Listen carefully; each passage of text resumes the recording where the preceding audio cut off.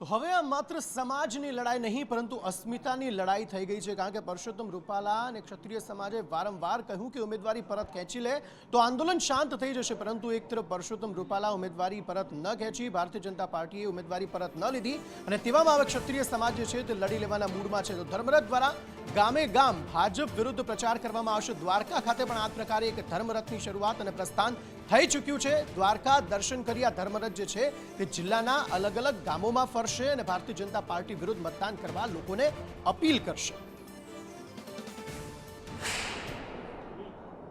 પાછલા દિવસોમાં પરસોત્તમભાઈ રૂપાલાએ જે વાણીવિલાસ કરેલ એના અનુસંધાને અમારું સતત આંદોલન ચાલી રહ્યું છે।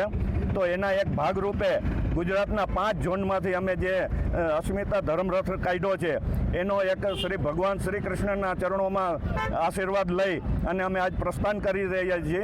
દેવભૂમિ દ્વારકા અને જામનગર જિલ્લાના 10 તાલુકામાં અમે 8 દિવસ સતત બધે ફરી અને 18 વર્ણના તમામ આગેવાનોને સાથે રાખી અને અમે જનજાગૃતિ અભિયાન કર્યું છે અને આ બેરી સરકારના કાન ખુલે અને સત્ય શું છે એને ભાન થાય એના માટેનું અમે કાર્ય આગળ